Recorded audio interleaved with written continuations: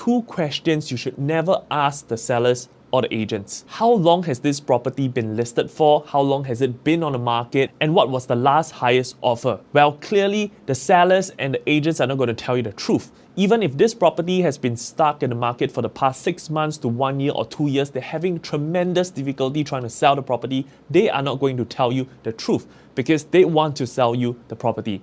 Likewise, they're not going to tell you the last highest offer they got because if that offer is very far away from the seller's asking price, what you are going to do is to offer slightly more than the last highest offer. So the answers to these two questions will always be a lie. Instead, what you should do is to ask the sellers or the agents, hey, look, I do foresee myself staying in this property and I'm very interested. Could you tell me a little bit more about what motivated you to buy this property 5 to 10 years ago? What do you like about it? So what you're doing right now is preparing the sellers or the agents to tell you a bit more about the positive things about the property, which they would because it is in their best interest to sell the property to you.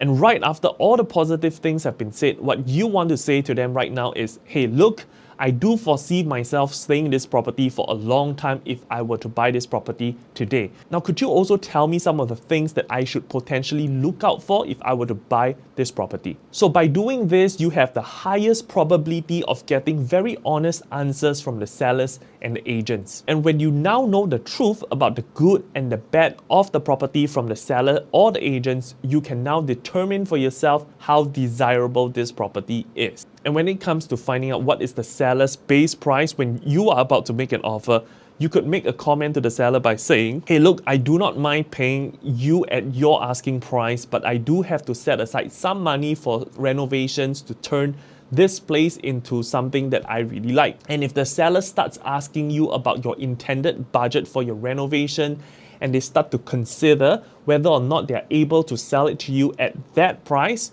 you kind of already would know to what degree the seller is open for negotiation. So always remember, do not ever ask those two questions.